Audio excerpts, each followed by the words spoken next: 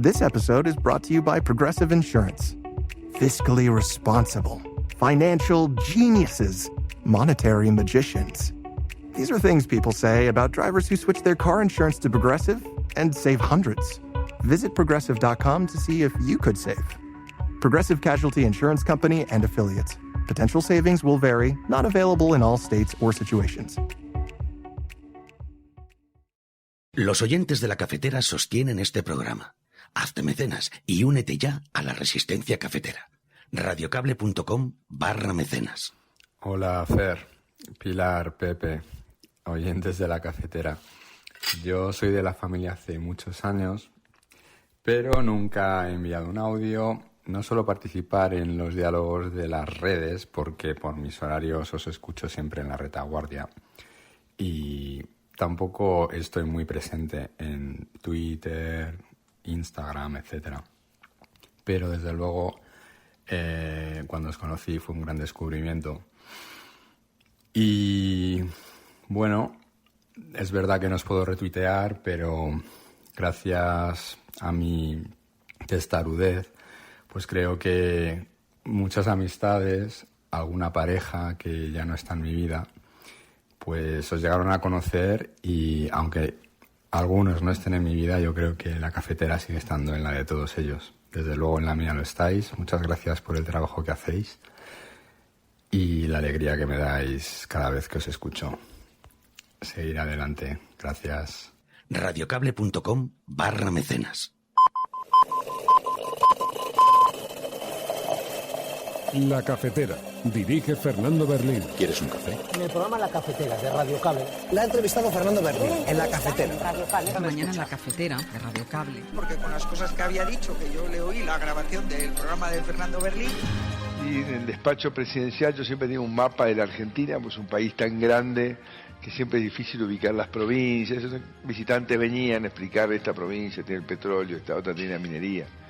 Y él empieza a mirar el mapa y de golpe me ve así una franja hacia la izquierda, ¿no, Magdalena? Y dice: ¿y esto qué es? No, y digo: es Chile. Chile, me dice. You should conquer Chile, ¿no? So you can both oceans, ¿no? Entonces todo el mundo se rió ahí, ¿no? Y yo dije, conociéndolo, medio lo dice en serio, medio lo dice en chiste, pero después cuando pasaron los años y uno escuchó Canadá, Groenlandia, digo, me suena conocido ese tipo de cosas. Go through the slings and the arrows, which is a shame because he's an incredible patriot, and I gave him a little special something we have here. Thank you. A very special that I give to very special people. Clear, any attempt by Communist China to conquer Taiwan by force would result in devastating consequences for the Indo-Pacific and the world. Decía usted el miércoles en los pasillos que habrá elecciones cuando Junts quiera. Sí, totalmente. Sí. Van poco a poco hacia ese escenario. Hace un año y pico que lo dije. Me trataron de loco y creo que aún me siguen tratando de loco, pero sí. Y bajo tres premisas que yo he dicho ya muchas veces, que en Cataluña se están vendiendo sus opinadores, sus expertos en Compol, su poder digital, que es PP-PSOE es lo mismo. Yo soy Cataluña, ¿no? Junts es Cataluña, con lo cual no estamos en ningún bando, ¿no? Cuando te dice algo alguien de izquierda y de derechas, que de derechas. Y la tercera es que Feijóo controla a los jueces.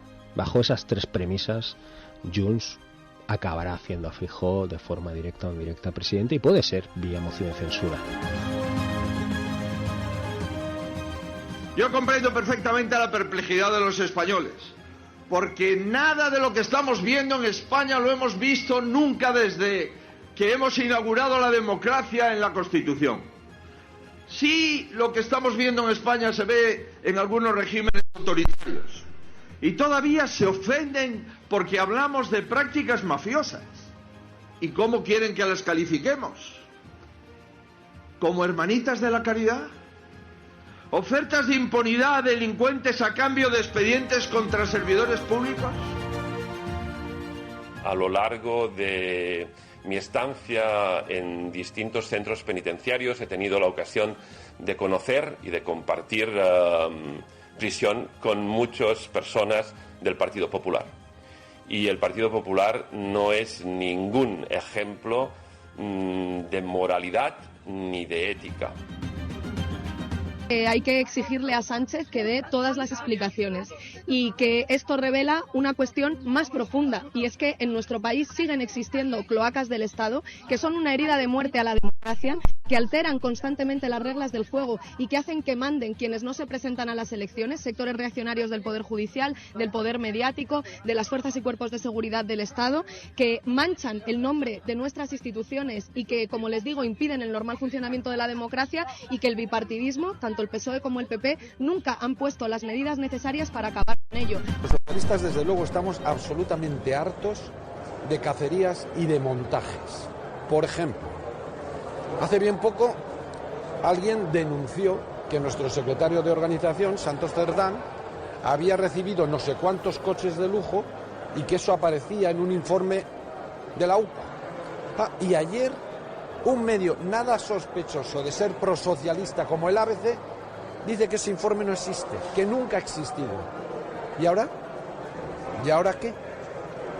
Porque a mi compañero le han crucificado con clavos que solo eran mentira y bulos. ¿Ahora qué hacemos? Por eso queremos saber lo que son montajes. Lamento profundamente que al señor Garamendi le parezcan insuficientes las medidas de apoyo a los empresarios, pero es algo que le ocurre siempre. Le parecen insuficientes las medidas de apoyo a los empresarios y excesivas las medidas de apoyo a los trabajadores. Le pasó con la reforma laboral, le pasó con la subida del salario mínimo y le pasó con la reducción de la jornada laboral. En todos esos momentos usted hizo predicciones apocalípticas que anticipaban cierres patronales, despidos, quiebras empresariales, y sin embargo el año pasado lo cerramos con 500.000 de trabajadores más y la cifra de paro más baja en los últimos 17 años. Entonces, mi pregunta es, ¿usted no se cansa de fallar nunca en sus vaticinios? Son las 8:30 de la mañana. Las 7:30 en la Casa Museo de José Saramago, en Tías, Lanzarote.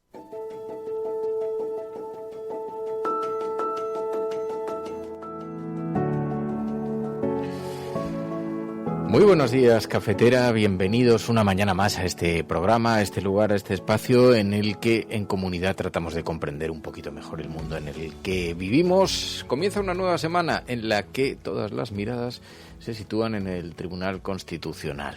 Ya doy por hecho que los que escuchan este programa pues se aproximan a la actualidad de forma habitual, así que entienden un poquito los detalles de todo esto. Pero como sabéis, la ley de amnistía que proponía pues condonar los pecados del independentismo, las acciones durante el 1 de octubre. Sabéis que fue llevado al Tribunal Constitucional esta ley. El gobierno confiaba en que el Constitucional, donde tienen una sutil mayoría, pues avalaría esta ley. Bueno, algunas claves para que no nos perdamos en esta cuestión, porque no todo el mundo está en los detalles, que sé que la mayor parte de vosotros sí, pero el referéndum de autodeterminación se produjo en Cataluña cuando gobernaba el PP en España. Lo digo por los desmemoriados. Al PSOE le ha tocado arreglarlo. Si bien es cierto que no es que lo haya hecho por vocación, lo ha hecho por necesidad, pero lo ha hecho. Un referéndum de autodeterminación que se produce por las crecientes tensiones que se estaban viviendo entre el independentismo y el gobierno del Partido Popular. Bueno, la amnistía para los desmemoriados no solamente afecta a Puigdemont, sino a cientos de personas que fueron perseguidas en aquellos días como reacción por parte del Estado y, en muchos casos, de forma extraordinariamente desmedida. Puigdemont no puede reprocharle nada al Partido Socialista porque ha llevado adelante esta iniciativa de la amnistía con un enorme coste, tanto interno dentro del propio Partido Socialista como para el propio país, porque la cuerda se ha tensado y mucho. El PP insiste en los ataques a la ley de amnistía, al gobierno socialista, también a Puigdemont, aunque por debajo le está pidiendo ayuda para echar a Sánchez. Y le está pidiendo ayuda e incluso llega a confesar que habrían promovido, si estuvieran gobernando ellos, si no una ley de amnistía, algo similar. El PP va a aprovechar ahora para calentar la calle. A nadie le cabe duda de esto.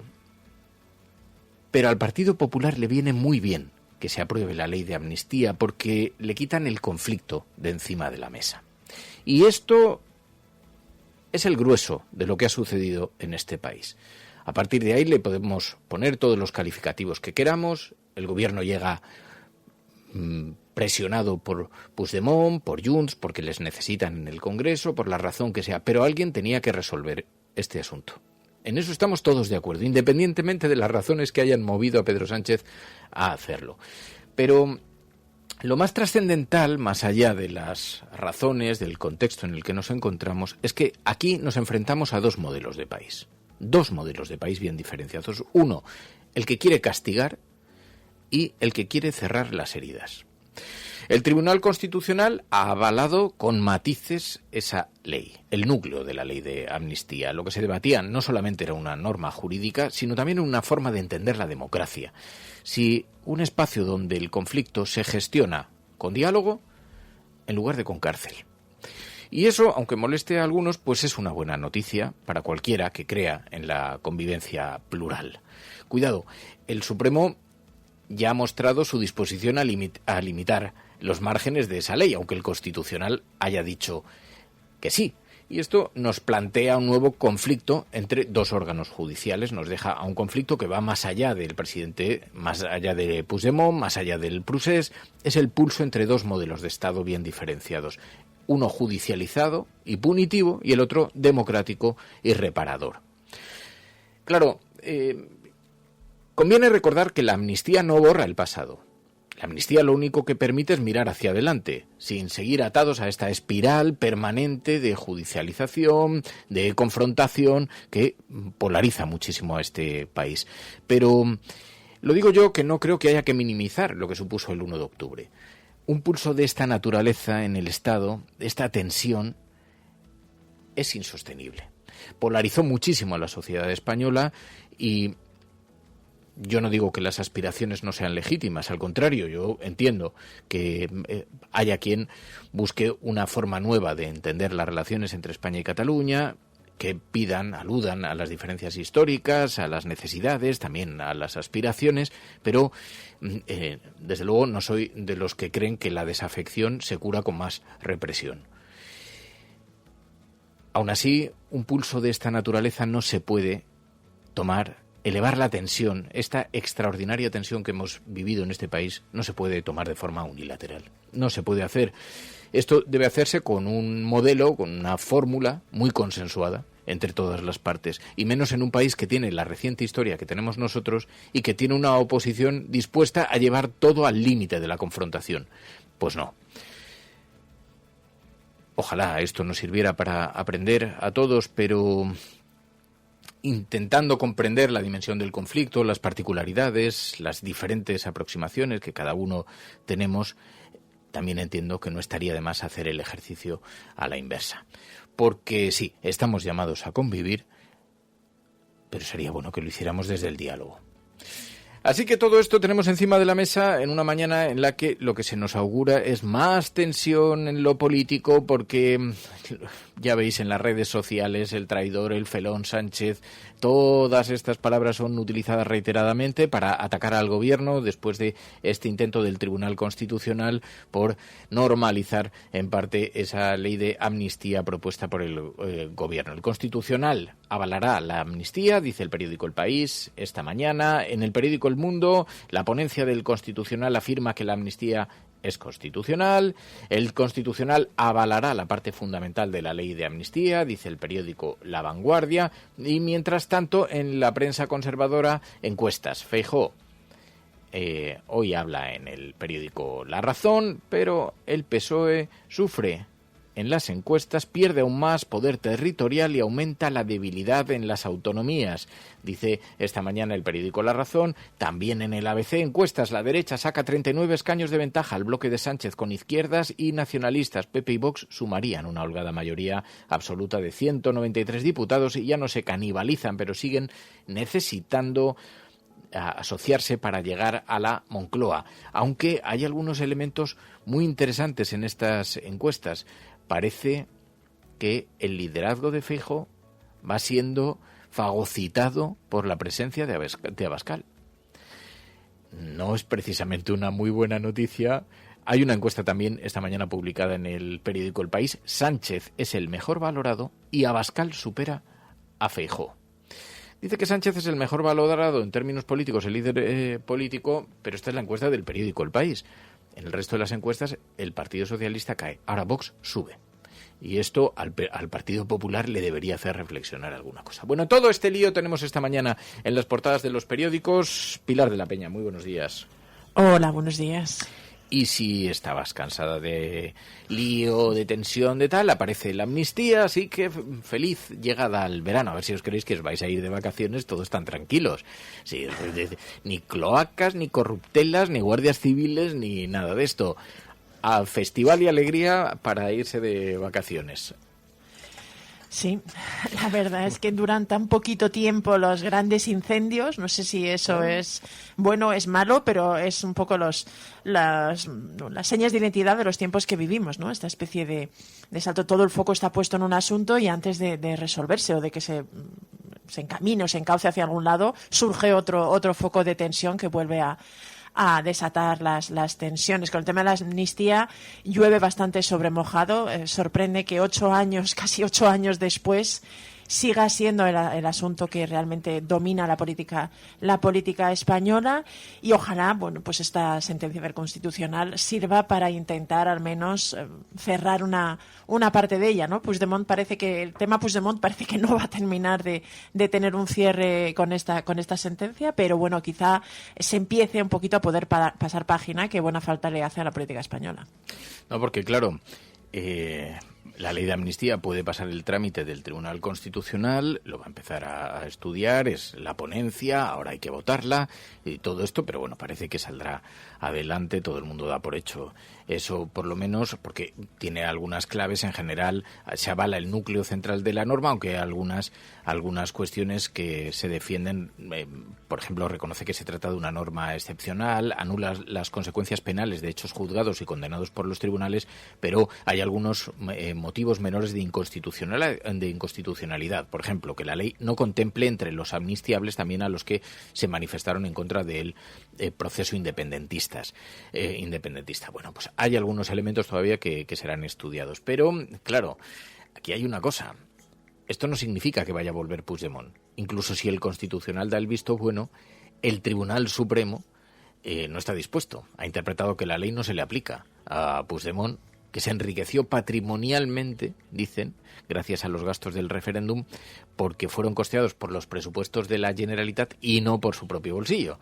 Entonces buscarán el vericueto seguramente para que no pueda volver. El enfado seguirá siendo creciente por parte de Puigdemont, que quería volver cuanto antes del verano, a ser posible, pero no parece que el trámite de los tribunales vaya a resultarle sencillo. Lo que no puede es acusar al gobierno de no hacer lo posible, porque esto va a tener un grandísimo coste para el gobierno de Pedro Sánchez.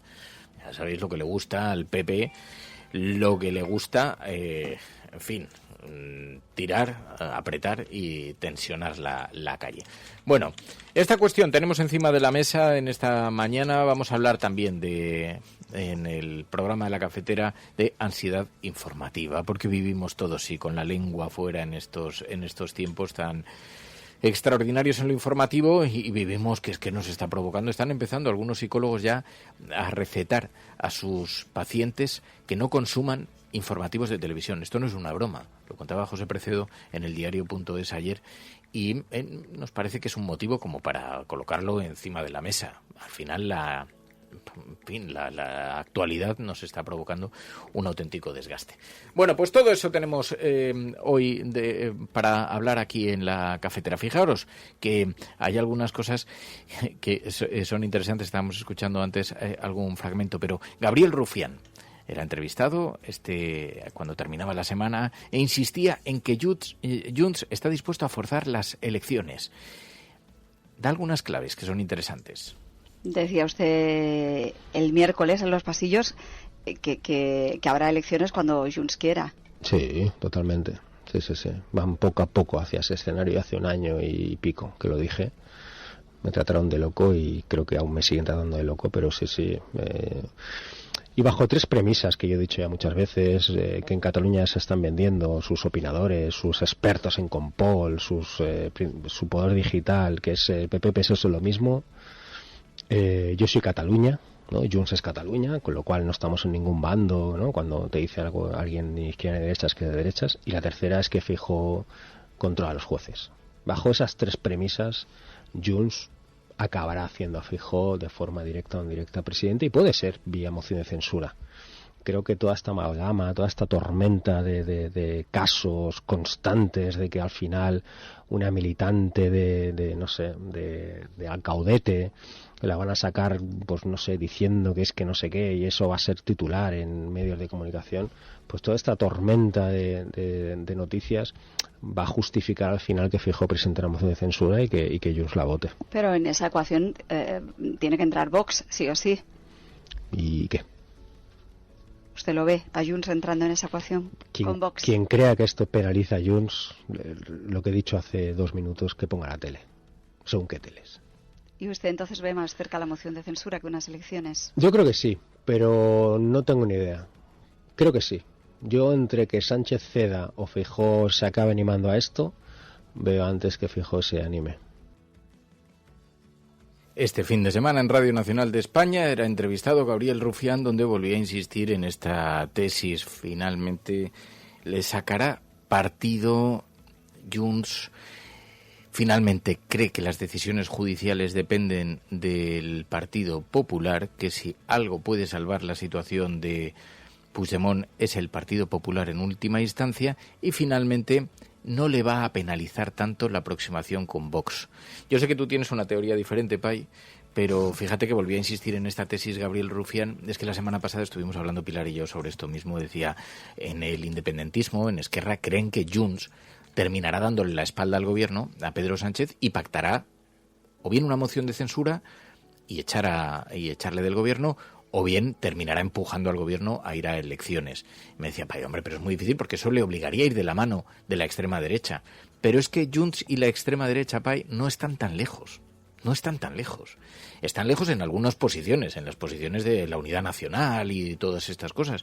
Pero los enemigos, los compañeros de cama son inciertos en una situación de inestabilidad como esta. ¿Pueden apretar tanto al gobierno como para hacerlo caer? Podrían, perfectamente. Lo dice Gabriel Rufián, y yo creo que tiene razón. Yo creo que es verdad que, desde luego, es lo que está intentando, es la jugada que está intentando el Partido Popular.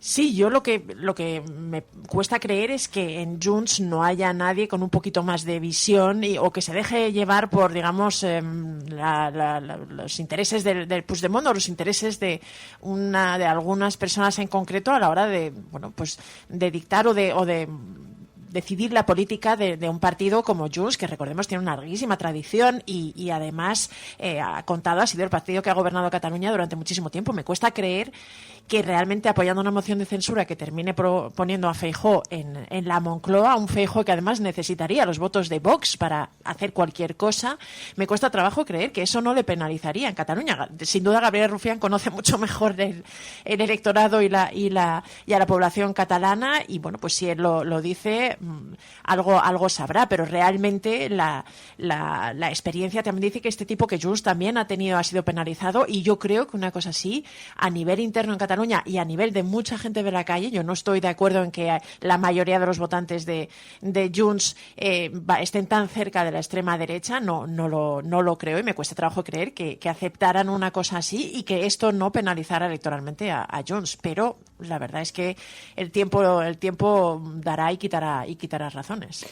Gabriel Rufián decía que luego ya los medios te lo apañan, que sería aplaudido por los medios en Madrid si Junts hiciera ese ejercicio y además estas cosas se preparan en el contexto, Pai.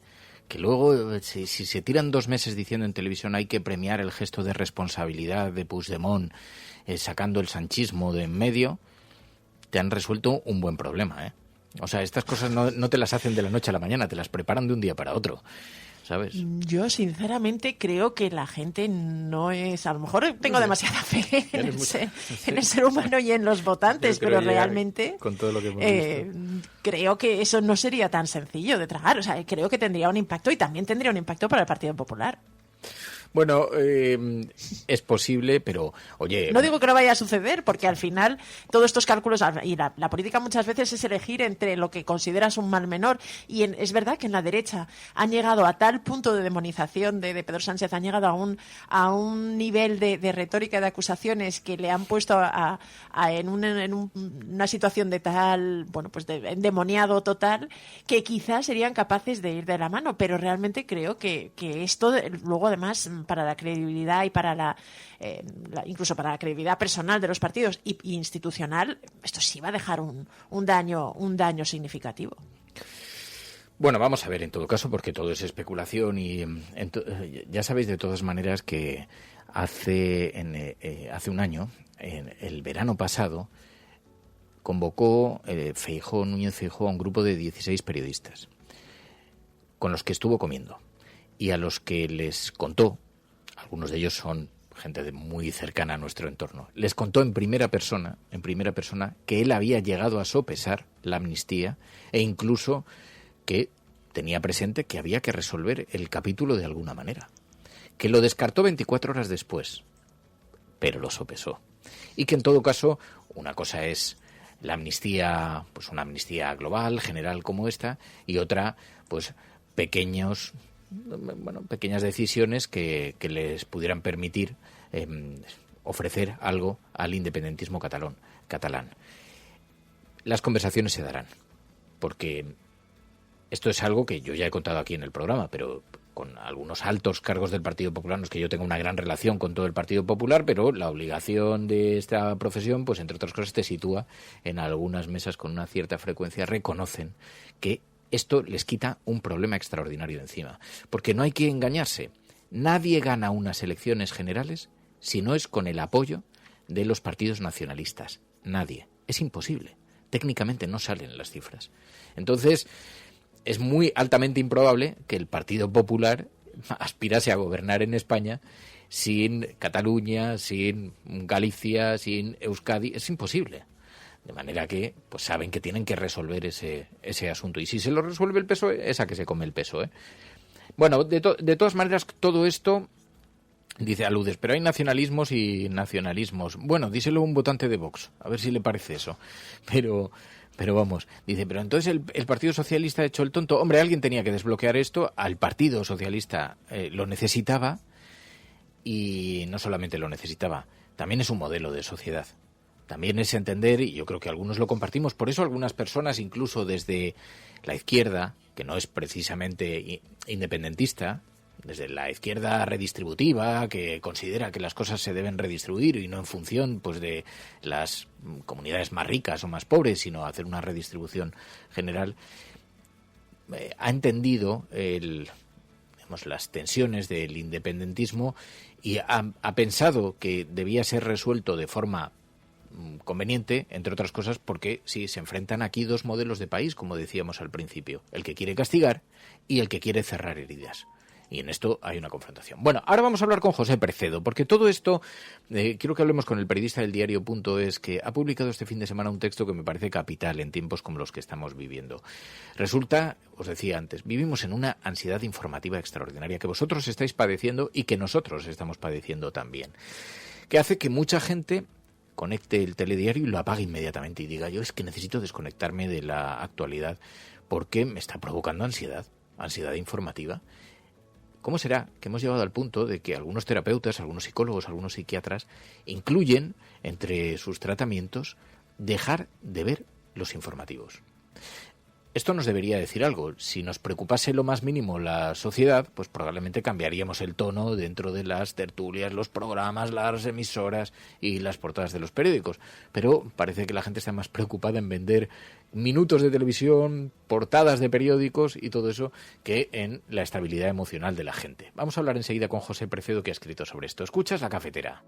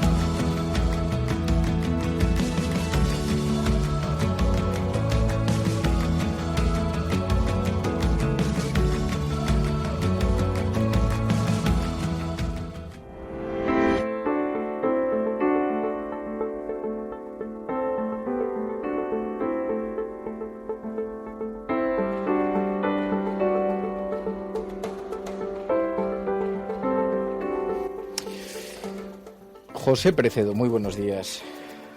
¿Qué tal? Buenos días. Bueno, te agradezco mucho que atiendas esta llamada porque escribías este fin de semana en el diario.es este artículo: ansiedad por las noticias, comisarias con kits de supervivencia que pueden multiplicar la ansiedad de las noticias. Es algo que estamos detectando cualquiera que trabajamos en los medios. Hay muchos lectores, muchos oyentes que nos transmiten: esto me provoca una angustia extraordinaria, yo necesito relajarme.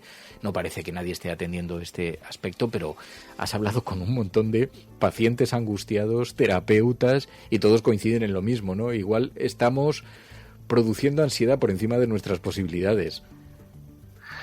Pues sí, y lo interesante de este fenómeno, que creo que vamos a tener que abordar en los próximos meses y años, es que es hacia afuera, pero también hacia adentro, que empieza a haber en las redacciones gente que no es capaz de gestionar su propio trabajo y toda la información en bruto que recibe y que luego acaba traduciendo para que a la audiencia le sea un poquito más digerible.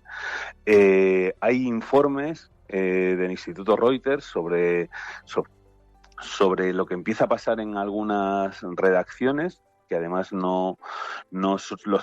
contaba el otro día una periodista en un estudio, en una jornada sobre el estudio, diciendo que nosotros solemos tener empatía hacia el mundo del que informamos, pero que a veces nos olvidamos de tener empatía hacia nosotros mismos. Y es cierto que el informe Reuters, por ejemplo, contaba que casi la mitad de los periodistas ambientalistas que hablan de cambio climático, pues el 42%, hablo ahora de memoria, tenía síntomas de depresión, y el 48% tenía síntomas severos de ansiedad.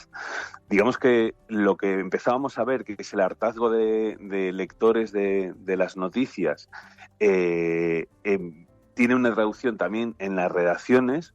Hay un movimiento de gente que se ha desconectado ya de las noticias, y lo que hicimos fue hablar con expertos para que nos dieran pautas.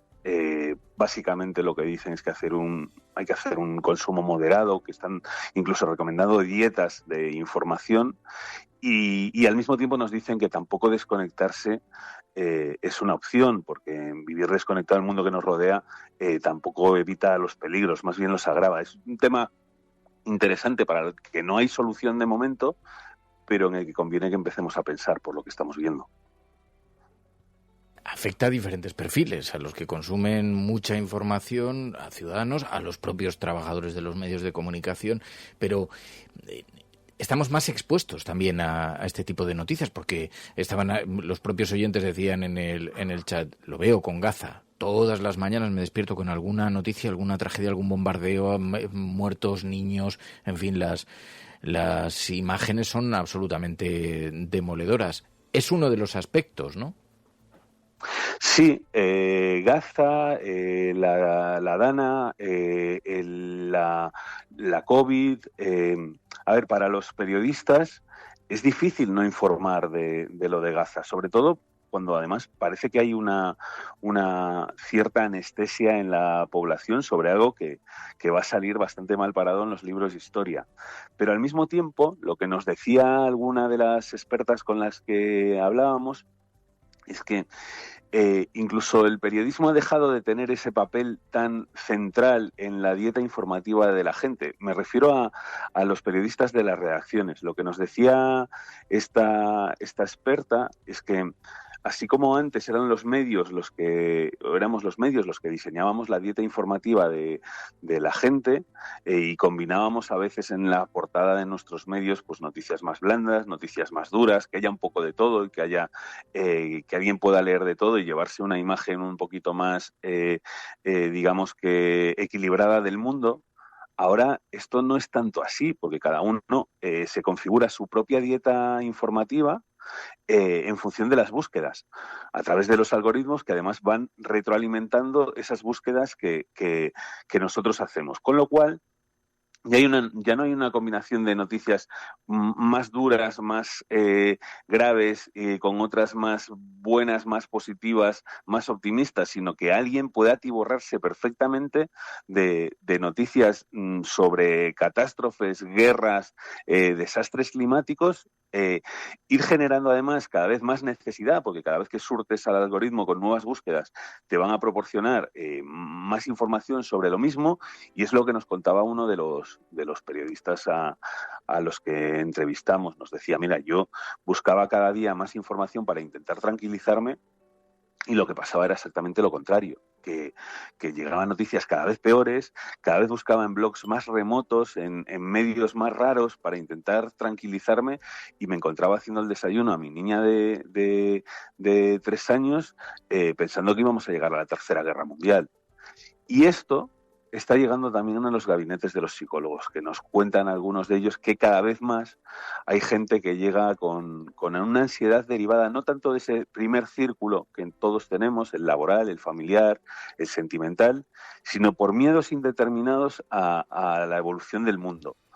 Luego hablas con los psicólogos y lo que te dicen es que a veces también esos miedos indeterminados, si rascas, esconden algunas otras cosas. Pues, por ejemplo, uno de los pacientes con los que hablábamos nos decía que tenía mucho miedo a raíz de lo del kit de supervivencia, porque por primera vez pensaba que podía haber una guerra, y que él llevaba no sé cuántos años sin hablarse con sus padres o con sus hijos, y que no soportaba la idea de que pudiera pasar algo gordo y morir, digamos, sin despedirse de ellos o sin tener una conversación con ellos. Bueno, pues estas cosas están empezando a llegar a los gabinetes de psicólogos, que, por cierto, nos dicen que lo que hacen es pautar información, régimen de noticias.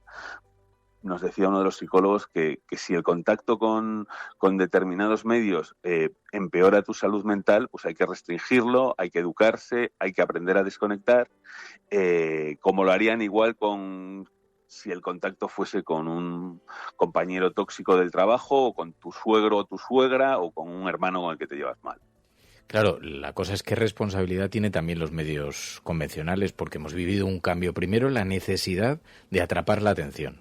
La competencia por la atención es extraordinaria en todos los medios. Eso hace que lo que antes considerábamos sensacionalismo se haya apoderado de medios de comunicación convencionales. Pues es verdad que la gente ahora buscará de forma automata casi pues aquellas informaciones que puedan resultar más impactantes y demás, pero es que llevamos unos años en las que tertulias, radios, en fin, los periódicos, la Tercera Guerra Mundial no es una invención de las redes sociales. Es como que también se han olvidado algunos principios. Has hablado, de hecho, con algunas personas. Antes, cuando estudiábamos periodismo, decía una de tus entrevistadas, se recomendaba combinar la publicación de noticias duras con noticias blandas. Esto ha desaparecido de los medios absolutamente. Bueno, yo creo que la responsabilidad de los medios es evidente, porque efectivamente con lo que se lee y lo que se juega es con material que elaboran los medios. Yo lo que creo es que los medios hemos perdido la capacidad, cometemos errores, y efectivamente lo que tú dices de la competición por la atención, de saber en tiempo real lo que está leyendo cada uno, hasta dónde, qué es lo que interesa. Esto antes no pasaba con los periódicos de papel. Pues como mucho, si tú tenías una gran exclusiva, decías al de distribución que mandara más papel o más periódicos al kiosco porque se iba a vender más, pero tú no sabías al minuto cuánta gente estaba leyendo qué y hasta dónde. Ahora lo sabes, y es una información interesante que puede utilizarse de manera errónea. Y creo que efectivamente la competición por la atención es un problema, y cada vez se tiende a amarillear más, etc.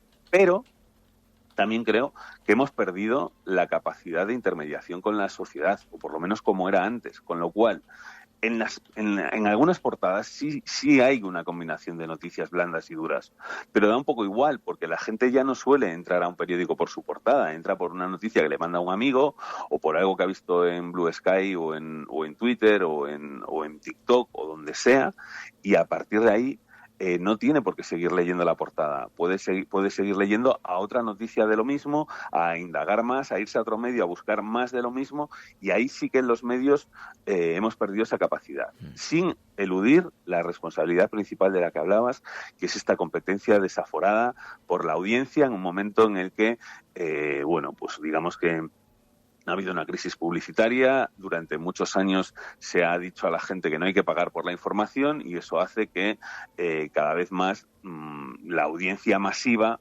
que antes atribuíamos a la televisión y como mucho a las radios se haya apoderado también de otros medios digitales. Yo no eludo la responsabilidad, pero creo que ahora mismo los medios de comunicación tienen desde luego muchísima menos capacidad para elaborar la dieta informativa.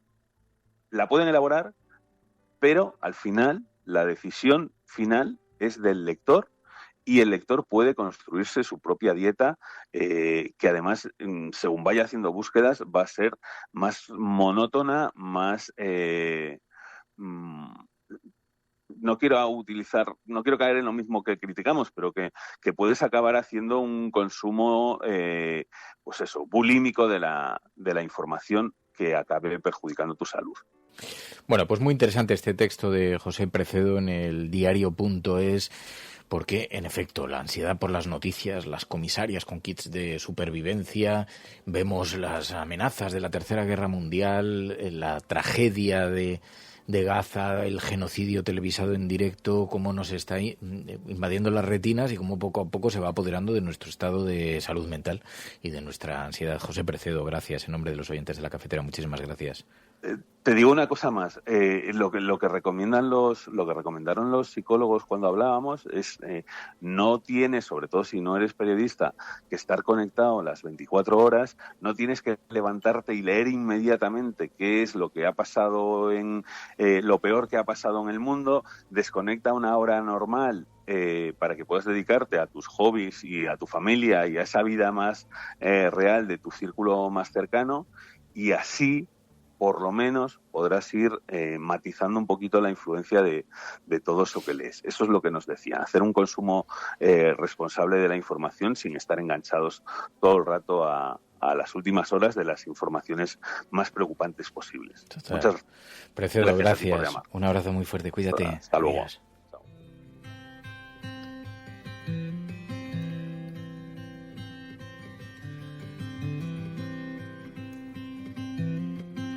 Hombre, dicho así parece fácil, lo que pasa es que luego somos yonkis de las noticias, somos yonkis de la información, o sea, ya estamos atrapados por el virus del magnetismo que tiene todo esto. Claro, esto está muy inventado, o sea, realmente es que es magnético, lo que está sucediendo te atrapa. Y una noticia solapa la otra. Ayer hablábamos de las cloacas y parecía que era el final del mundo, y de pronto ahora el final del mundo...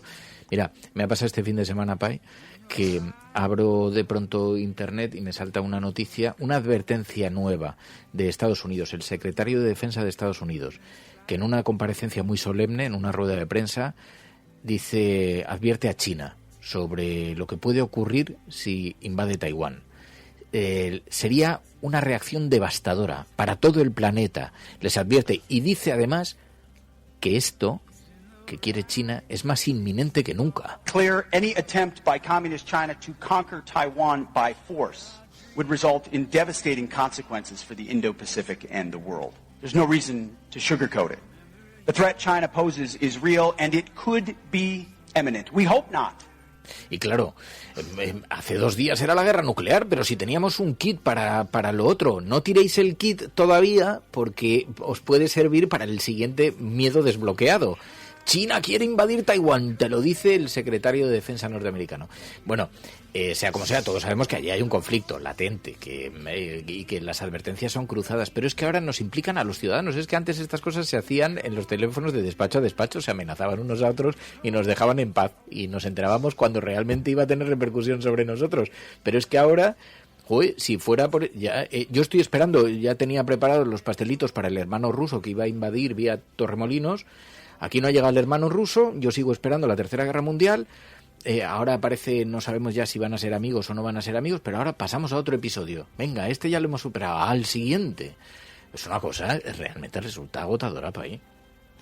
Sí, fíjate que China ha respondido a estas palabras de Pete Hegseth, el secretario de Defensa de Estados Unidos. Es verdad que es un secretario que está señalado, no está pasando un buen momento, ha protagonizado varios escándalos y posiblemente con estas palabras, pues intentaba alcanzar algún tipo de recuperar un poquito la ofensiva, una campaña de imagen, pero China realmente ha acusado a Estados Unidos de estar incitando a la confrontación con estas palabras sobre Taiwán. Fíjate que hace unos días estaba leyendo un análisis que era bastante interesante, lo redifundía Argemino Barrio, el periodista español que es corresponsal en Estados Unidos, de cómo en la cabeza de Donald Trump se ha establecido una especie de orden. Donald Trump ha asumido que la época de la hegemonía total y de Estados Unidos como única gran superpotencia ha llegado a su fin, ni económicamente ni militarmente se puede sostener, y está intentando definir un mundo en el que repartirse un poco por esferas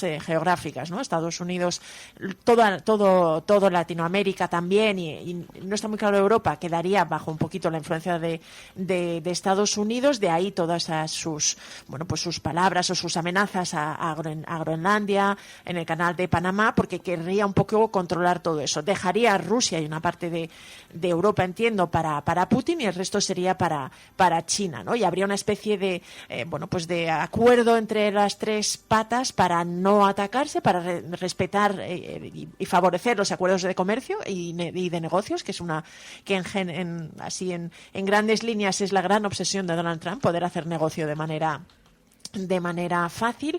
Y alguien decía, claro, la única China en esa teoría, o la única China en el zapato de esa teoría, es precisamente Taiwán, ¿no? De ahí que quizás se pueda interpretar estas palabras de Pete Hegseth. De todas formas, hay mucho, ya te digo, de mucha escenificación. Donald Trump también ha demostrado que es un presidente que le gusta mucho lanzar todo este tipo de amenazas o todo este tipo de declaraciones grandilocuentes que te llegan por todos lados y te dejan un poco anonadado sin saber muy bien a cuál responder, porque no sabes cuál es la que está diciendo en serio. Así que también han anunciado en las últimas horas que eso ha generado revuelo, que iba a subir los aranceles sobre el acero y el aluminio, que estaban en un 25%, los quiere subir al 50%.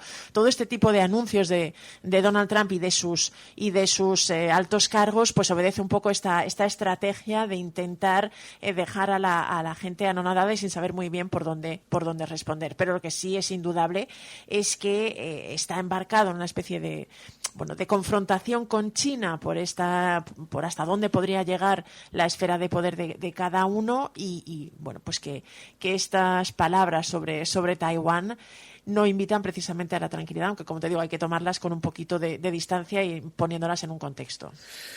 Sí, porque todos sabemos que estratégicamente Taiwán, que produce los chips de medio planeta, pues para Estados Unidos es capital, de interés capital. No es una cuestión que les preocupe a los taiwaneses o les preocupe lo que haga China en el otro lado del mundo. Lo que les preocupa es la cosa estratégica del comercio de chips, que es el único país que tiene la tecnología tan desarrollada y tan implantada como para fabricarlos a este ritmo. Ahora, la cosa es si realmente estamos, una vez más, ante un nuevo peligro de confrontación global, meteos en casa ya debajo del armario. O sea, la cosa de todo esto es que, sí, yo ya entiendo que el mundo es un sitio complejo, con equilibrios complicados, y que China tiene unas aspiraciones, Estados Unidos tiene otras, y todos aquí libran sus pulsos con gente intermedia. Pero otros, más grandilocuencia, más miedo, más temor. Fíjate que se me ha olvidado, no hemos comentado una noticia que me mandaste, que como Donald Trump llegó a decir en 2018, en su primer mandato, lo ha revelado Mauricio Macri, el expresidente argentino, que le llegó a sugerir a Macri que Argentina conquistara Chile, se anexionara a Chile, porque eso le permitía tener, presencia en los dos océanos, ¿no? En el océano Pacífico y en el océano Atlántico. Lo contado Macri recientemente. Es una manera que explica cómo hasta cierto punto ve el mundo Donald Trump y cómo estas cosas que hoy en día aparecen. Fíjate que hoy también, en las últimas horas, es noticia que ha difundido en su red social, ha redifundido un mensaje en que asegura que Joe Biden fue ejecutado en 2020 y le sustituyeron con un clon robótico, ¿no? Un presidente en activo de Estados Unidos que, dice estas cosas, hace estas cosas. Es verdad que está rompiendo todos los manuales de comportamiento y todos los manuales de buena conducta a los que estábamos acostumbrados, pero él siempre lo hace con una idea, con una visión, y convendría intentar sacar en claro qué es lo que realmente es polvo y qué es lo que es paja, y realmente para intentar poder reaccionar o plantar batalla ante lo que está realmente en juego con la presidencia de Donald Trump. Bueno, todo esto os lo decía para que relativizaseis, porque es verdad que Donald Trump tiene estos ademanes, tiene estas prácticas, tiene este tono catastrofista y apocalíptico. De esto, bueno, sabe mucho la extrema derecha, pero ha conseguido que invada el estado de ánimo general de la ciudadanía, de los medios de comunicación. O sea, todo esto ahora forma parte del mundo y del tiempo que estamos viviendo y nos alertan constantemente de grandes riesgos, nos van empujando a nosotros a la ansiedad informativa. Con razón la gente tiene que desconectar por petición del psiquiatra, porque esto pues parece que se nos viene encima. Bueno, mientras tanto, efectivamente, veíamos a Macri, ha tenido mucha repercusión estos días allí, que explicaba una visita de Donald Trump que le sugirió que invadiese Chile. Es verdad que se lo hizo en tono medio jocoso, medio bromeando, pero, como decía Pilar, revela una manera de pensar. Bueno, pues oye, así tendrías, mira, puedes invadir este trozo y así tienes salida directa al mar, le dijo a Macri. Hoy va a cobrar el que yo reconozco públicamente que es un amigo, Donald Trump, y ha sido muy amigo de la Argentina por esta relación personal que teníamos cuando yo tenía 24 y él tenía 38. Éramos tan jóvenes en aquella época. Pero también quiero empezar con una anécdota que marca cómo es mi amigo, ¿no?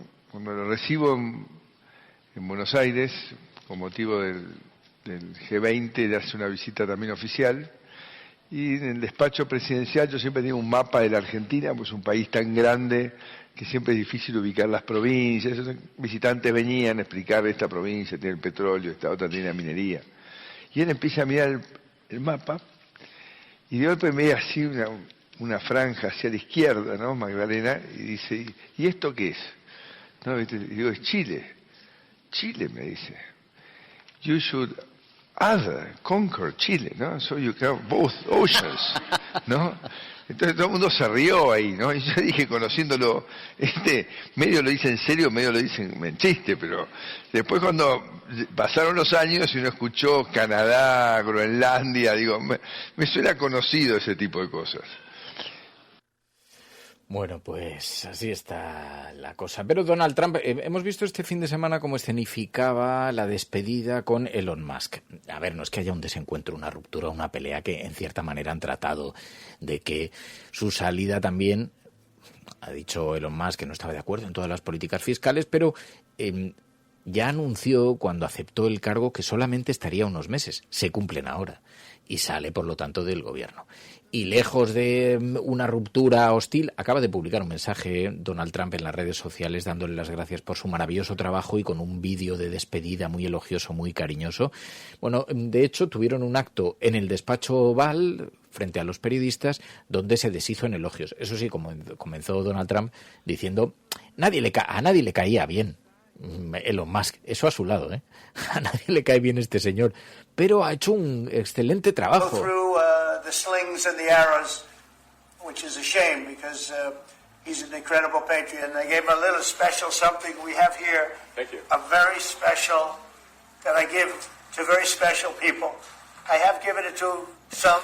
Y ahí le entregó, no sabemos si es una llave del país, una llave de la ciudad, una cosa de estas, pero país solemne en el que pretendía pues un poquito escenificar. De hecho, Elon Musk le dijo: espero que no perdamos nuestra maravillosa relación y nuestro maravilloso y cariñoso contacto, Pai. Sí, se repartieron elogios y parabienes. Trump dijo que Elon Musk es uno de los líderes empresariales e innovadores más grandes. Elon Musk le respondió con una serie de elogios hacia la talla de Donald Trump como presidente. Es verdad que Elon Musk ha sido además uno de los hombres que más dinero emitió en la campaña electoral de Donald Trump. De ahí viene en parte su buena sintonía. Y es cierto que la salida de Elon Musk no es una sorpresa en el hecho de que sí, como dices, lo había dicho. Quizá ha venido un poquito antes. Habían sido bastante ambiguos sobre el tiempo que iba a estar Elon Musk al frente o participando directamente con responsabilidades directas en la administración de Trump, pero sí da la sensación de que él quería o tenía la intención o en su agenda estaba conseguir más objetivos, y la realidad le ha impedido alcanzar algunos. También la realidad de sus negocios, ¿no? Es decir, el impacto en algunas de sus empresas como Tesla, por ejemplo, ha sido tan grande que realmente probablemente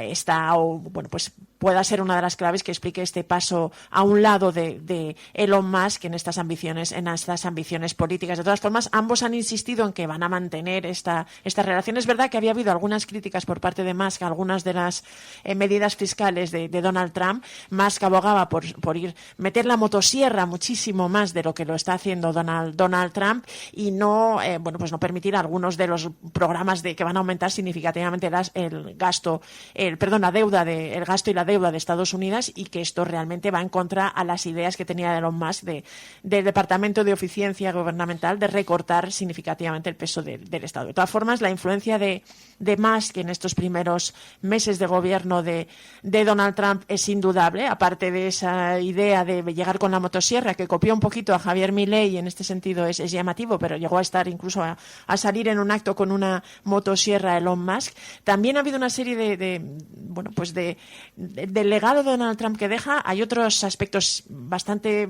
significativos. Uno de ellos es, por ejemplo, cómo ha conseguido mezclar política y negocios, ¿no? Es algo que ya pasaba con Donald Trump, pero la presencia de Elon Musk ha hecho todavía más evidente esa relación, y después de los malos datos de Tesla, el propio Donald Trump llegó a llevar a los coches y a presumir y a hacer una especie de acto publicitario en la Casa Blanca, que es una cosa que fue bastante insólita. Luego el propio Trump no tiene problemas, también lo ha hecho en su viaje en Oriente Medio, en mantener este vínculo, que no hay separación entre lo que es la política y los negocios, que esto es algo que caracteriza a Donald Trump y que se está viendo cada vez más eficaz. Y luego también la influencia de Elon Musk en lo que se llaman las campañas de desinformación y en el uso de estas, incluso el apoyo en algunos líderes de extrema derecha, también es uno del legado que va a quedar de la presencia de Elon Musk en el gobierno, y veremos hasta dónde llega. Pues sí, y gracias, Elon, dice Donald Trump en su red social, también en X, allí donde envía unas imágenes, un vídeo de los maravillosos momentos que han pasado juntos ambos, y está teniendo ahora mucha repercusión. Lo están retuiteando en numerosas cuentas de MAGA y de todos estos movimientos próximos a Donald Trump. Así que el reconocimiento del presidente a este personaje que deja, no sé si acabarán como el Rosario de la Aurora, porque todas estas cosas terminan siempre igual, pero de momento Elon Musk se quita de en medio y cierra este capítulo, cierra este episodio. Por si acaso han dejado ahí abierto el que va a ir yendo y viniendo, eso me ha dicho Donald Trump también. Claro, porque además lo que le ha entregado es la llave de la Casa Blanca. Una cosa así como icónica y una llave simbólica, pero como para que pueda entrar y salir cuando quiera. Oye, mientras tanto, Oriente Medio, siguen los muertos palestinos en el reparto de ayuda por disparos israelíes, Pai. Sí, además es que la ONU ha llegado a advertir que realmente la distribución de ayuda, que es la única manera para muchos palestinos de tener algo que comer, se ha convertido en una trampa mortal directamente, ¿no? Es verdad que este plan israelí-estadounidense está pensado, concebido por Israel. Hay una participación de militares y de contratistas privados para intentar suplantar o no tener que contar con Naciones Unidas y con las ONGs para la distribución de ayuda humanitaria y sobre todo de comida en Gaza. Esto ha realmente hecho que muchos palestinos tengan que caminar hacia los sitios donde Israel decide que va a entregar esta ayuda humanitaria en situación muy penosa, y luego que haya muy graves problemas de seguridad. De hecho, en las últimas horas se habla de más de 30 muertos en un incidente por disparos del ejército israelí entre palestinos que intentaban alcanzar o llegar a conseguir algo de comida y de ayuda en estos repartos organizados por Israel. Realmente la preocupación es máxima, la situación es cada vez más difícil para la población palestina, y se mantiene desde Naciones Unidas, insisten en que la única solución es levantar este embargo que mantiene Israel, pero de momento no parece que el gobierno esté dispuesto. Este fin de semana ha habido ciertas expectativas de que podría haber un acuerdo entre Hamas y el ejército israelí. De hecho, el propio Donald Trump aseguró que estaba muy cerca, que realmente ambas partes estaban a punto de alcanzar algún acuerdo de alto el fuego y de tregua. En las últimas horas se ha enfriado un poquito. Es verdad que Hamás ha explicado que sí está dispuesto, pero ha reclamado pues un alto el fuego y la salida de las tropas de Israel de Gaza, algo que no parece que el gobierno de Netanyahu esté dispuesto, pero sí ha hablado de liberar a rehenes, que aún mantiene a rehenes que siguen con vida y que aún están en poder de Hamás, para intentar facilitar esta negociación. Así que a la par que hay estas dudas y hay que lamentar todas estas muertes y todos estos problemas en la distribución de ayuda, se mantienen las negociaciones para intentar alcanzar algún tipo de acuerdo. Oye, en México este fin de semana se han celebrado unas elecciones históricas para elegir a los jueces del país. Sí, la verdad es que esto es una propuesta y una idea que enarboló y que defendió Andrés Manuel López Obrador, el predecesor de Claudia Sheinbaum, que cambia por completo la manera de elegir a los jueces en México y además se trata de una iniciativa pionera en el mundo. Ningún otro país elige a todos sus jueces en elecciones, es decir, por votación, ¿no? Esto afecta a casi 3.000 jueces, magistrados, incluso ministros de la Corte Suprema, que es como se les llama en México. Eran 2.800 o 2.680, me parece que era el número total, un número enorme. Y este 1 de junio la población mexicana estaba llamada a las urnas para elegir, a poder elegir y poder de esta manera tener una voz en la elección de quiénes van a ser los jueces y la cúpula del Poder Judicial. Los resultados todavía no se conocen, ya se sabía, son unas elecciones tan amplias que no está previsto que se conozcan todos los resultados hasta dentro de varios días, pero lo que sí se conoce es la participación. La participación ha sido muy baja, en torno al 13% según los órganos. Aún así, Claudia Sheinbaum considera que ha sido un éxito. Es verdad que con una participación tan baja, pues el futuro y quiénes pueden ser los elegidos, hay cierta controversia al respecto, pero la noticia es esta, que México, en una votación inédita, ha podido decidir quiénes serán sus representantes judiciales y buena parte de los magistrados del país. Ya te digo que hay también ciertas dudas, todavía habrá que esperar a ver el resultado. La votación era bastante compleja, además, porque tenían que elegir los ciudadanos a numerosos jueces y había candidatos sobre los que no se tenía mucha información, pero han democratizado esta elección de la cúpula judicial de forma inédita. Claro, yo no sé decir si esto es bueno o es malo, no tengo el conocimiento sobre el proceso, de qué manera se va a producir, ni cuáles son las particularidades, porque dice, pues a mí me parece bien, dice Soledad, posiblemente mejoraríamos los jueces, dice que parece que son los que mandan. Lo que pasa es que dependerá de los filtros y tampoco veo yo que la gente tenga el conocimiento como para saber qué juez va a ser más... no lo sé, más fino en la aplicación de las leyes, ¿no? Supongo que es una cosa demasiado compleja. Es un asunto muy complejo.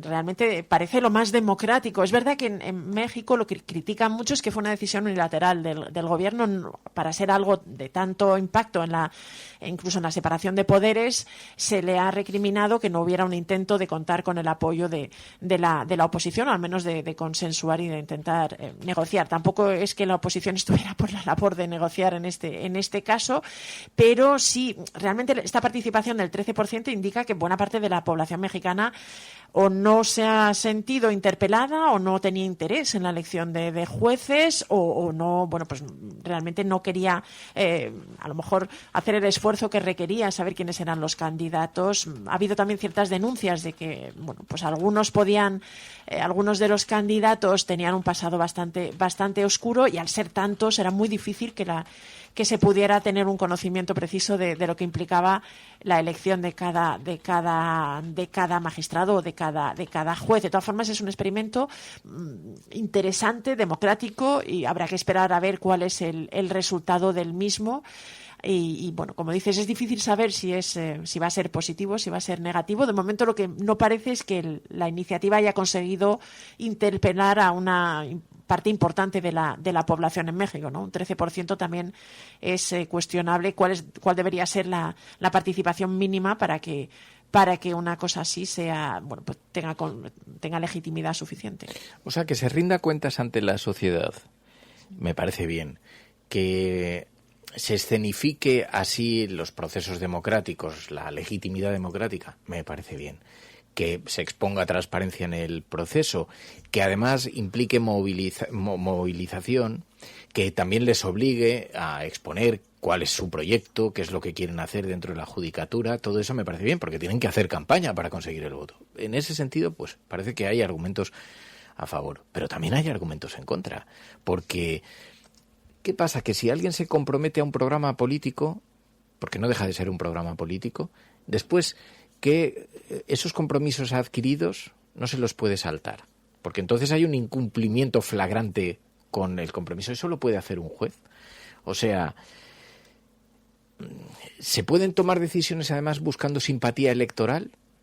Porque claro, un juez no debería pensar sobre lo que en ese momento a la opinión pública le va a gustar, que es la que hará que vuelva a tener trabajo tiempo después o no. Puede tener la tentación de tomar decisiones que sean muy populares, pero que en esencia, en materia de la aplicación de la justicia, pues sean negativas. Luego todo esto, claro, si hablamos de politizar la justicia, esto es politización, ¿no? O sea, llegas a compromisos políticos, clientelares, todo para conseguir compromisos financieros, para hacer tu campaña como juez. Y luego los requisitos para que alguien se pueda presentar a ser juez, que una cosa es democratizar la elección, otra cosa, dónde se fijan los criterios mínimos, ¿no? Que había alguna controversia también con algunos de los perfiles que estaban optando a ser jueces en algunos de estos puestos. Y bueno, sí que es verdad que es un tema tan amplio y tan complejo que tiene muchas. Una de las cosas que han sido flecos. más criticadas es lo vulnerable que además te quedas a la exposición del crimen organizado en un país como México, por ejemplo. ¿Qué pasa si grupos de narcos, que además tienen recursos a expuertas, o de crimen organizado, deciden poner a sus propios candidatos y fomentar sus estos, ¿no? O sea, ¿cómo garantizas que esté completamente ajeno al proceso? Sí, va a ser solamente para un tipo de jueces, para un número de jueces, va a ser. Pero yo creo que todas las fórmulas tienen pros y contras. O sea, no hay ninguna fórmula perfecta, no hay nada que sea más democrático que otro, y luego vemos que tampoco, por tener legitimidad democrática, va a ser más respetado socialmente. Los políticos tienen legitimidad democrática, y el respeto social que existe no hay más que ver los últimos 4 años en nuestro país, ¿no? Es difícil, yo creo que es un tema muy complejo. Yo no me atrevería a tener una posición muy firme sobre esto, pero en fin. Bueno, pues esto es La Cafetera. Si lo estás escuchando, eres la Resistencia y no estás sola allí donde estés.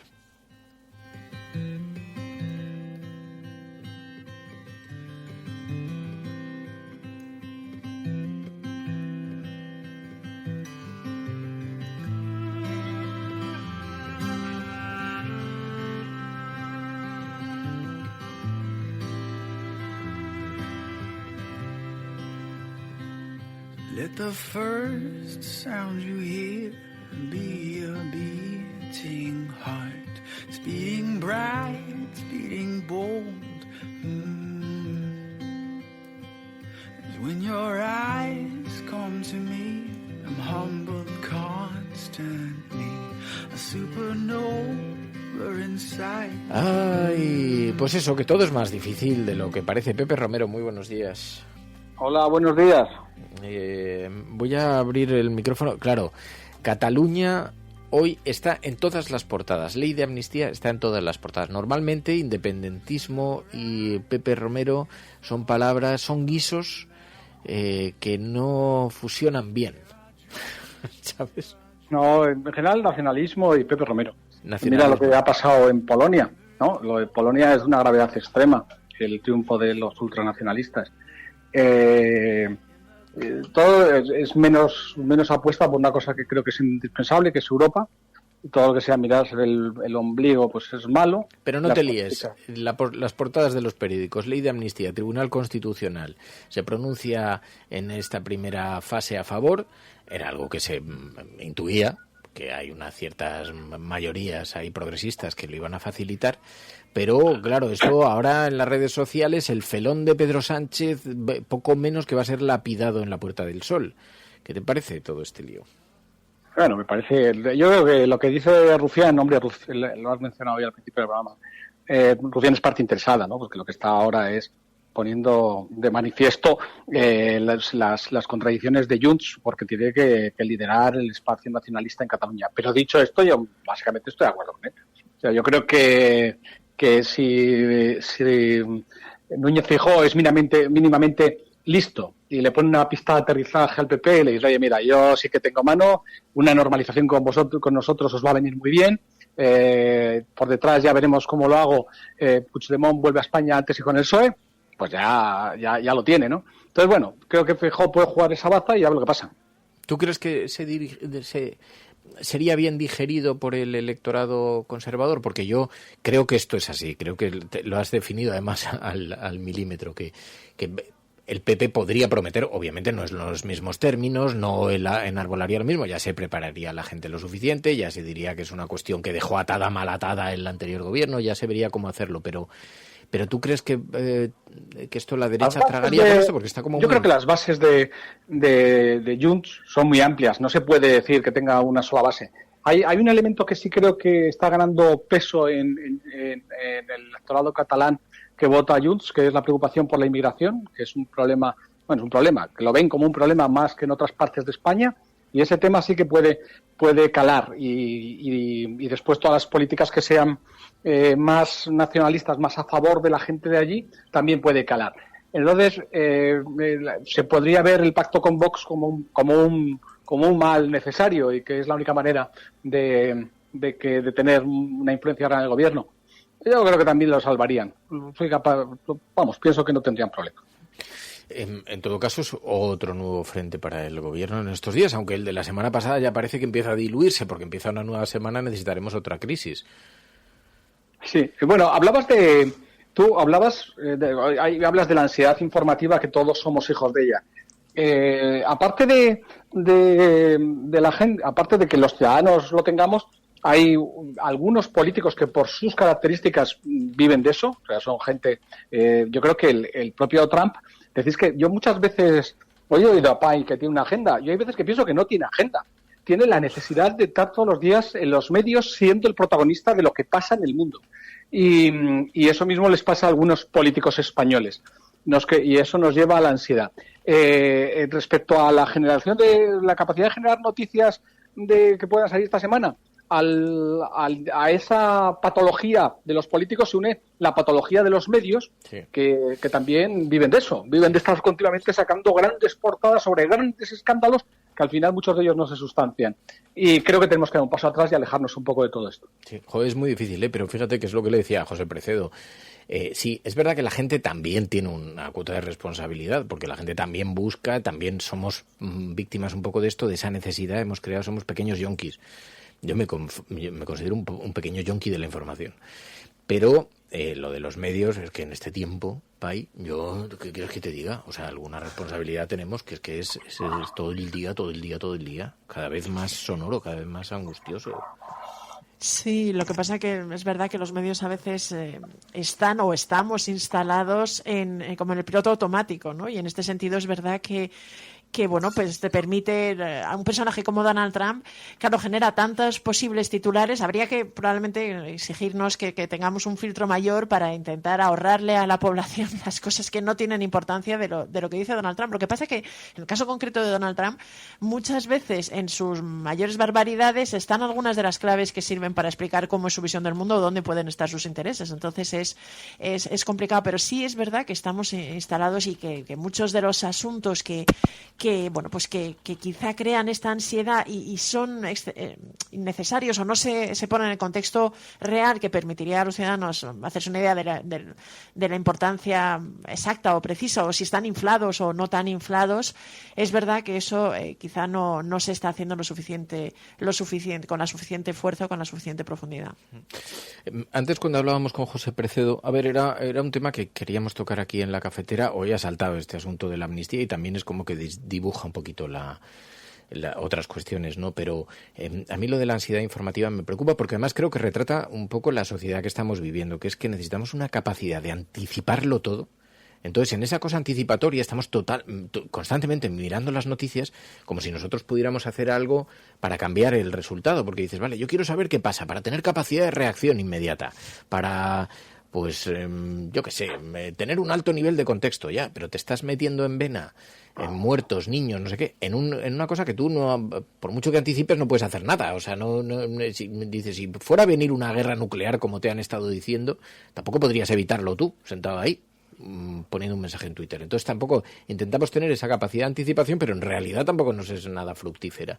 Y a mí todo esto, lo digo, me preocupa y me preocupa en serio, porque además veo que en la profesión se lo toma muy a la ligera. Se me ocurrió el viernes hacer un alegato sobre esto en el programa de Ana Rosa y bueno, Bustos se descojonó de mí, digo, no, es que esto no es un asunto menor, es que estamos... Hombre, es que Bustos vive de eso. Vamos, es que no sé si tanto. Los periódicos día a día viven de crear ese estado de ansiedad. Siempre tienen que estar creando, en el caso de la derecha, tienen que crear ansiedad para que su base se movilice y quitarle movilización a la izquierda. Y viven de eso, pero es la estrategia que llevan desde los tiempos de Felipe González. Pero él lo atribuía más bien a que a mí me preocupaba, porque yo decía, a ver, yo entiendo que la derecha quiera robarle la sonrisa a la gente, porque creo que parte de lo que está sucediendo, lo que venimos asistiendo en los últimos meses, es que la derecha ha entendido que hay una forma de hacer oposición que es crispando para que la gente llegue lo más desmotivada posible a las elecciones. El viernes escuchamos a José María Aznar diciendo que hay que olvidarse del adelanto electoral, que eso no va a pasar, que además tardaremos 2 años, porque forzar la caída a través de una moción de censura en este momento las cuentas no dan. Tardaremos 2 años y aún así hay que mantener la tensión, decía Aznar, pero en cierta manera pedía, no pongáis toda la carne en el asador ahora, esperaros porque quedan 2 años. Y yo, utilizando este argumento, dije, pero es que el PP ha decidido que la manera de hacer oposición en España consiste en crispar, desmotivar, desmovilizar, y para eso pues lo que tienes que hacer es apretar las tuercas lo más posible a la sociedad. Y nadie se preocupa de las consecuencias que tiene esto en la gente. Y digo, en mí, en los demás, digo, a mí que te roben la alegría, que te roben la esta por una cuestión electoral, me parece que es un despropósito, porque es que nos sume a todos en un estado de ansiedad. Entonces se descojonaba como pensando, joder, qué naif eres, Berlín. Digo, no es que sea naif, es que yo sí veo a la gente esto, en este estado. Ya, ya está. ¿Qué quieres que hable? Es que no sé ahora lo que quieres. No, Pai. Sí, yo coincido un poco y creo que también eso obedece que hay una parte que desconecta, ¿no? Y a veces desconectas de cosas o de asuntos donde, por eso decía, los medios quizás no estamos haciendo el trabajo que es filtrarle a la población los asuntos en los que realmente hay que estar pendientes, realmente hay que hacer presión. A lo mejor no todos los escándalos y todos estos eventos que parece que son catastróficos, que van a romper España como anuncia la oposición, lo son, pero hay algunos que sí tienen, que son significativos, que son importantes. Hombre, por ejemplo, lo que pasa con la UCO, yo creo que sí tiene mayor fondo del que a lo mejor podría parecer. Ya parece que se ha disipado esa tormenta y nos impide realmente intentar buscar soluciones que resuelvan los problemas que pueda tener la democracia española, pero a la vez, y generan esta sensación en la gente. Sí, no sé muy bien cómo es la manera de abordarlo, pero desde luego diagnóstico sí me parece importante que se haga. Y yo no creo, estoy contigo, no creo que sea naif, es muy fácil. Y es verdad que algunos de estos periodistas llevan viviendo así y es su modo de vida y están acostumbrados y esto les permite que les paguen el sueldo y seguir vendiendo sus medios, pero el impacto en la gente también está ahí, ¿no? Sobre todo la sensación de urgencia que imponen en toda la agenda, en los titulares, en toda la agenda informativa, también viene determinada de que pensaban que iban a ganar el gobierno. Y que aquí se hace un periodismo muy de trinchera política, muy de partido político, entonces como no ganaron el gobierno hay que llevarlo. Pero claro, dice Ricaralo, y yo esto me lo planteo, Ricaralo también, o sea, no creas que soy ajeno a esto, pero dice, no es cosa de la derecha. Pedro hizo lo mismo con Rajoy, porque quizá tengamos todos la misma responsabilidad en el fondo. Y cuando estás en el otro lado es más fácil de ver cuando eres tú el que estás siendo señalado, no cuando estás señalando, ¿no? La misma sensación supongo que tiene Isabel Díaz Ayuso, que dice, me siento asediada por todos los frentes. Claro, podemos pensar, ya, pero es que ya lo merece, porque hace muchas cosas mal, tal, no sé qué, no sé cuántos. Pero a mí me llama la atención que hayamos aceptado que la forma de oposición política se construya en base a la crítica y a despiezar a alguien, a despiezarle, en lugar de plantear alternativas. Plantear alternativas de modelos, confrontar los modelos, no confrontar a las personas, ¿no? Y yo entiendo que claro que hay matices, que claro que hay flagrantes abusos de tal, pero llega un momento que se vuelve tan encarnizado que yo, Ricaralo, yo sí tengo una cierta conciencia sobre esto y sí me hago la pregunta y digo, a ver, ¿seremos en parte responsables también de todo esto? El resto, los que consideramos que en este caso estamos siendo asediados, ¿no? Pero en fin, yo creo que todo esto crea mucha ansiedad. Bueno, no sé, ya veo que esto os la bufa, pues... No me la bufa.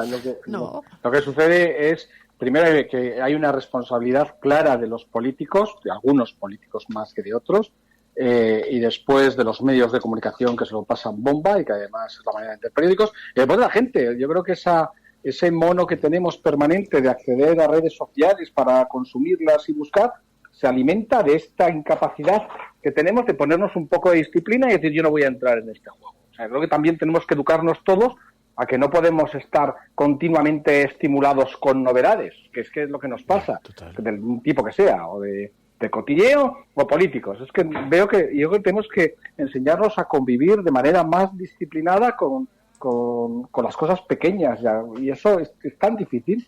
Eso es un proceso educativo tan complicado que lo veo imposible. Oye, quiero, Pepe, alguna reflexión en torno a porque no lo hemos hecho, hemos planeado genéricamente sobre los nacionalismos, sobre los posibles acuerdos, Junts, lo que podría hacer Junts y todo esto, pero ¿qué te parece la decisión del Constitucional? La cuestión concreta de... Ahí la Constitucional no entra, y yo creo que no entra según he leído, porque cuando se presenta el recurso de inconstitucionalidad no se incluye el tema de del pago de todo el proceso, o sea, lo que fueron la manera en que se financió el proceso.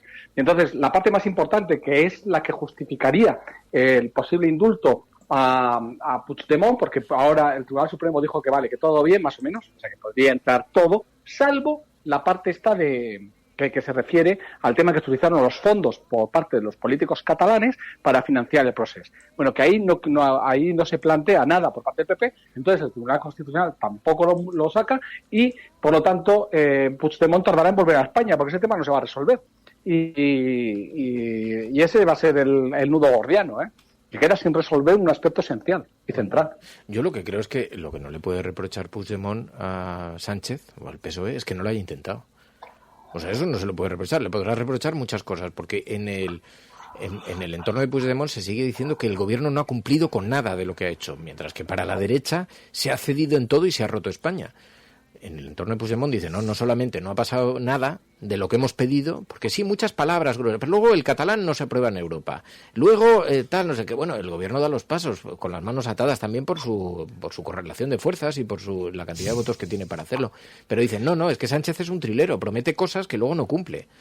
Yo creo que esa es la sensación, cuando hablo con gente en Cataluña, esa es la sensación que hay en el nacionalismo. Que todo es mentira, que nada, que no se ha avanzado nada y que además han puesto a ella le ven como un traidor, como un personaje, digo los nacionalistas irredentos, que le ven como un traidor, como un tipo que está claramente depende de Moncloa, que es una marioneta de Moncloa y que Pedro Sánchez lo único que ha hecho es echar agua al vino y que aquí no se ha avanzado nada. Esa es la sensación que tienen ellos. A mí me hace gracia el tema del catalán en la Unión Europea, porque yo creo que ahí sí que, además es que todos los medios y todos los análisis señalan que España lo intentó y presionó, y de hecho la votación de la semana pasada hubo incluso algunas informaciones que pues destacaban que el gobierno español había llegado incluso a amenazar, a utilizar las amenazas para intentar conseguir esto.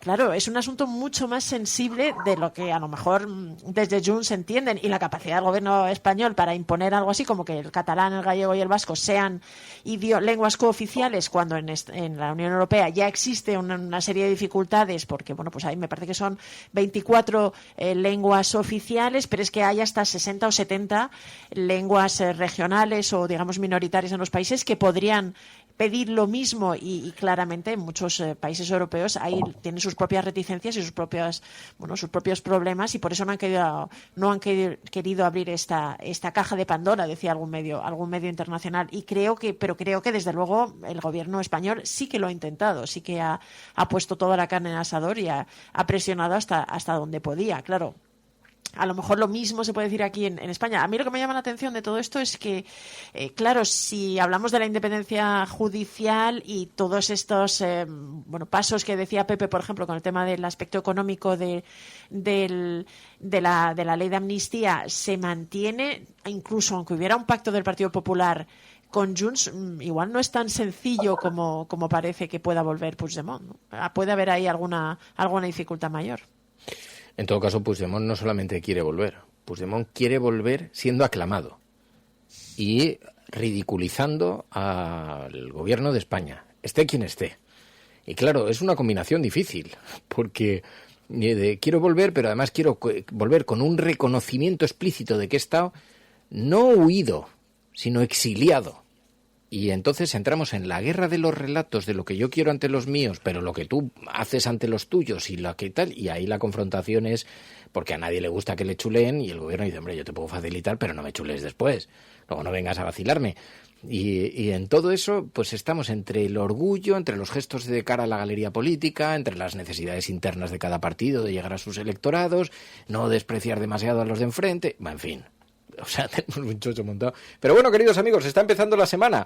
Esto es La Cafetera, amigos del café. Si quieres un poco más de nicotina cafeínica, esto es lo que vamos a tener a lo largo de estos días. Ya veremos a ver con qué más nos sorprende la actualidad. No te digo nada, Pepe, descansa mucho, disfruta. ¿Qué estás haciendo de comer? Pues mira, he hecho unas lentejas que he acabado ahora y ahora estoy preparando un gazpacho de forma natural. Estoy pelando los tomates. Ya nadie hace eso, nada, hombre. Ya nadie hace eso. Pues, ¿no? Ya todo el mundo lo compra. Mira, tengo que escaldar el tomate para quitarle la piel, meterlo después en agua fría, pelar la zanahoria, preparar el pepino. O sea, esto es un arte, tío. Eso, pero más gente de la que piensas sigue haciendo gazpacho. Ya nadie, ni los restaurantes. O sea, los restaurantes ya ni cocinan, lo compran todo ya elaborado, ¿sabes? Pero... O las patatas fritas. Podríamos dedicar una sobremesa al tema de las patatas fritas, es que es increíble. ¿Qué ha pasado con las patatas fritas? No, las patatas fritas que antes era imposible comer unas patatas fritas malas. Es decir, eran patatas naturales, la gente, pues las hacía. Pero ahora, realmente, las patatas fritas insulsas o que no saben a nada es la norma casi, ¿no? Saben a Creo sal. que tiene que ver con eso. Saben a sal, las patatas de sal. Fernando. ¿Qué dices? Fernando, ¿Qué? ¿puedo hablar? Sí, habla. Que hablamos mucho de la ansiedad, de la precipitación, en el consumo de noticias, me refiero. Sí. Cocinar, por ejemplo, es un buen ejemplo de tomarse las cosas con calma. Puedes ponerte detrás música, te puedes poner un audiolibro, puedes hacer lo que quieras. Y es una evasión magnífica. Masturbarse también, pero eso es otro problema. Para todo tu entorno es extraordinario y contribuiría a quitarnos esta ansiedad de vivir con esta precipitación. Entonces el gazpachito, que tardas pues tu tiempo, pero pasas un rato. Sí. A mí cualquier fórmula para autorregularse me parece bien, Pepe. Pero mira, Pepe, decías que nadie hace gazpacho, Salud y República. Pasará por un consumo más lento, y en esto estás de acuerdo conmigo, por bajar la velocidad. Esto es fundamental. Si no bajamos un poco la velocidad, seguiremos con esta ansiedad permanente. Es verdad. Yo tenía una amiga que tocaba el violín que decía que había hecho el amor con todos los de la orquesta. Y que entonces que decía que es que los que llevaban el diapasón bajo, o sea, los que iban ahí lentos, dice que prefería a los de percusión. No. Pero eso es un asunto que un día hablaremos. Por cierto, Pepe estuvo el otro día en una sesión de antiansiedad gatuna. Es verdad. Pero no lo vamos a contar hoy. Eso tenemos que comentar. Eso lo vamos a comentar a lo largo de esta semana. Yo, si fuera vosotros, no me lo perdería, porque esto es una iniciativa real de una persona que para ayudar a luchar contra la ansiedad te pone por videoconferencia con su gato. Y no, son Pepe, varios las personas, es una especie de red. Una red de gente que te pone a gatos a ronronear. Y Pepe, que odia a los gatos, se sometió a una sesión de relajación gatuna. Esto nos lo va a tener que contar con detalles. ¿Tuviste buena?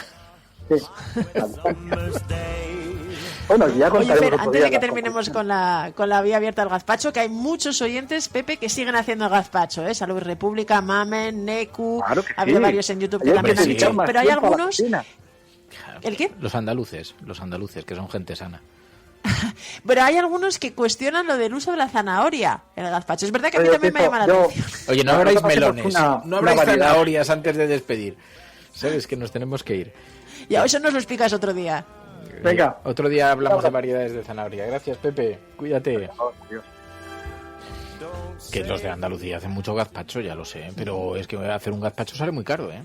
Todos los ingredientes que necesitas, sale más barato ya comprarlo. Tú fíjate cómo está la cosa, ¿sabes? Pero bueno, Pai, descansa. Terapia del gato, Fer, adelanta algo. No, os lo contaremos. Os pido, por favor, que nuestra mayor fuerza es la comunidad cafetera. Si conocéis a alguien al que le pueda interesar o haber interesado este programa, hacérselo llegar para que se suma más gente, se pueda subir más gente a nuestra familia, la familia de la cafetera, pero de estas cosas maravillosas también. Hablamos en la cafetera y os contaremos. A ver si mañana o pasado. Vamos a ver, depende de cómo estéis de animados. Os comentaremos esa sesión de relajación a la que fue sometido Pepe con un gato. Os juro que es literal. O sea, la persona más imposible de convencer para eso se sentó delante de una videoconferencia con un gato ronroneando. Os podéis imaginar a Pepe, que su estado de ansiedad anticipatoria es de este nivel, intentándose relajar con un gato. Nos lo contará él personalmente. Así que nada. ¿Estás haciendo clickbait, Fer? Dice Sideralcat. Sí, no, es que merece la pena, que a mí me ha adelantado parte de la historia, merece la pena. Esto es un gancho. Sí. Dice eso porque no lo tenía encima. Gracias, Pai. Gracias a la Resistencia siempre. Y ya próximamente os cuento también las otras cosas de la orquesta. Sé que estáis deseando saber, después de la percusión, quién es el que mejor manejaba el cimbel. Pues todo eso. Venga, hasta mañana. Gracias a todos. Adiós.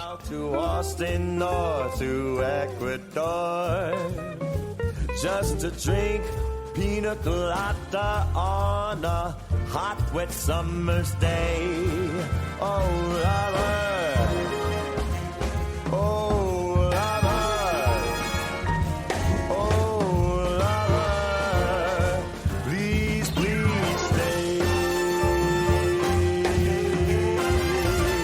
stay. Los oyentes de la cafetera sostienen este programa. Hazte mecenas y únete ya a la Resistencia Cafetera. Radiocable.com/mecenas